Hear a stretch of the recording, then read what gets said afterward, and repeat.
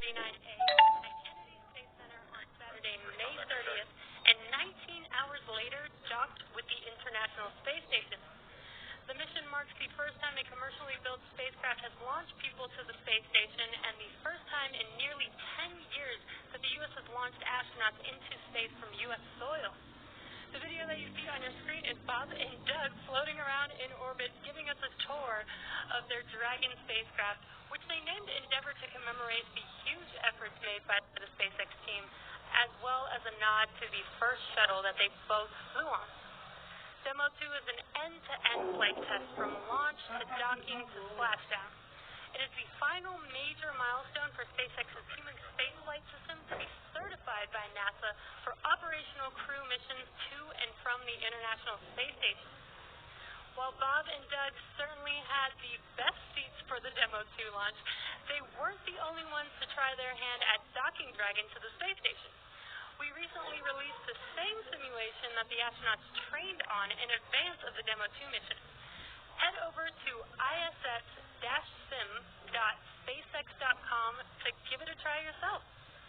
That simulation, the displays in Crew Dragon, and a bunch of other really cool projects were developed by SpaceX software engineers. Software engineers at SpaceX get to work across exciting projects that drive our rockets, spacecraft, satellites, and ground systems. If you're interested in helping roll out Starlink to the world or taking humanity to the moon and Mars, send your resume to softwarejobs@spacex.com. We will also be setting up a Reddit Ask Me Anything, or AMA, with our software team in the next week or so stay tuned to our social media accounts for details on that. Once Demo 2 is complete, the SpaceX and NASA teams have reviewed all the data for certification. NASA astronauts Victor Glover, Mike Hopkins, Shannon Walker, and JAXA astronaut Koichi Noguchi have been assigned to fly on Dragon's first 6-month operational mission, which we're calling Crew 1, which is targeted for later this year. We are currently 2.5 minutes from liftoff, and Falcon 9 is now moving into the final stages of the countdown. The first and second stages are both nearly fully loaded with 1 million pounds of kerosene fuel and liquid oxygen. Super chilled liquid oxygen, which as I mentioned earlier is our propellant oxidizer, is what's creating those white clouds that you see around Falcon 9 when it's exposed to the warmer ambient air. You can see that on your screen there. First stage should finish prop loading, actually already has finished prop loading at T-minus 3 minutes, and second stage is coming up on finished prop loading at T-minus 2 minutes. At T-minus 60 seconds, Falcon 9 will be in startup, and that means that the rocket's autonomous internal flight computers have taken over the launch countdown. So with the Starlink payload continuing to be healthy, the F9 teams, Falcon 9 teams are tracking no issues on the rocket. Weather is still looking good, and the range is green for launch. So we are at T-minus 1.5 minutes from liftoff. And again, in about 30 seconds, Falcon 9 will be in startup. What this means is that the vehicle will basically be autonomously making its decision if it will continue with liftoff at T0.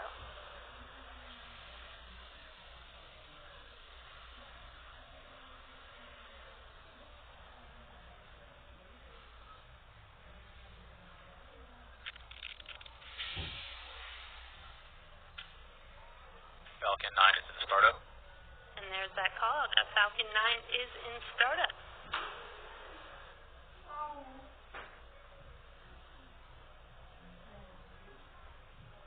Go for launch. And at T-minus 45 seconds, there was that call out for go for launch. Again, that was the Falcon 9 rocket making that decision autonomously. Now we are T-minus 30 seconds from liftoff of our Starlink payload tonight. So let's listen in and watch liftoff.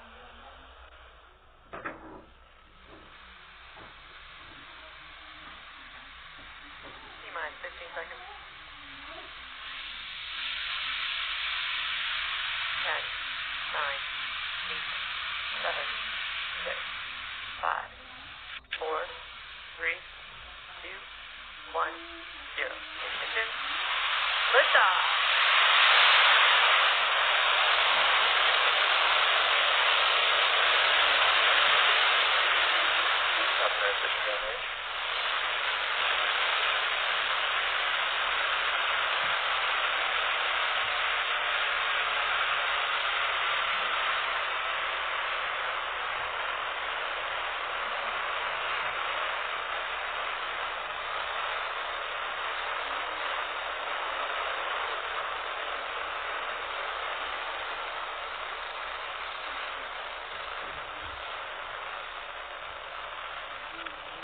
are T+40 seconds into flight, and Falcon 9 has successfully lifted off from Pad 40 at Cape Canaveral Air Force Station, carrying our Starlink payload to its targeted drop-off orbit. Moments ago, we did throttle down our engines in preparation for Max Q, and that is the maximum aerodynamic pressure, which is the largest structural load that the vehicle will see. That's coming up here in a few seconds. Max Q. And there's that call out that we have just passed through Max Q. In about a minute, we will have 3 events happening back to back, the first of which will be main engine cutoff, or MECO. This is where all 9 M1D engines shut off to slow the vehicle down in preparation for the second event, which is stage separation.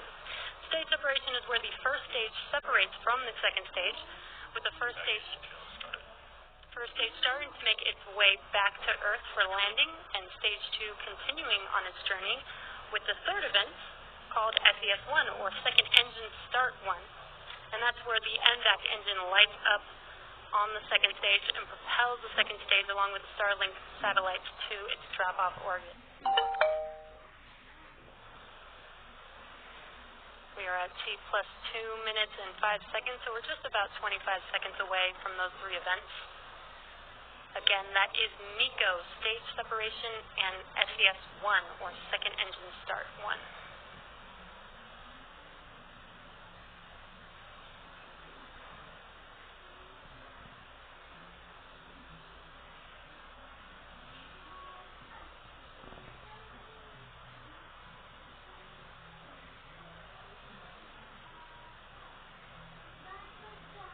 MECO.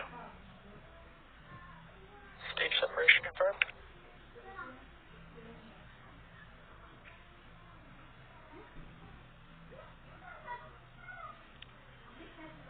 And there you can see on your screen, on the left screen, we had main engine cutoff and stage separation. On your right screen is the second stage NVAC engine lighting up, glowing bright red there. And it is a bit dark on the East Coast, but you can see on your left screen that first stage, those grid fins are deploying. And on your right screen, we have fairing deploy coming up here. And there is that confirmation of fairing deploy. Now let's see if those fairing halves can be recovered by our recovery ships, Mystery and Mischief today. Again, we won't have that live. That will happen around T+40 minutes, so check in with our social media accounts for updates on those fairing halves.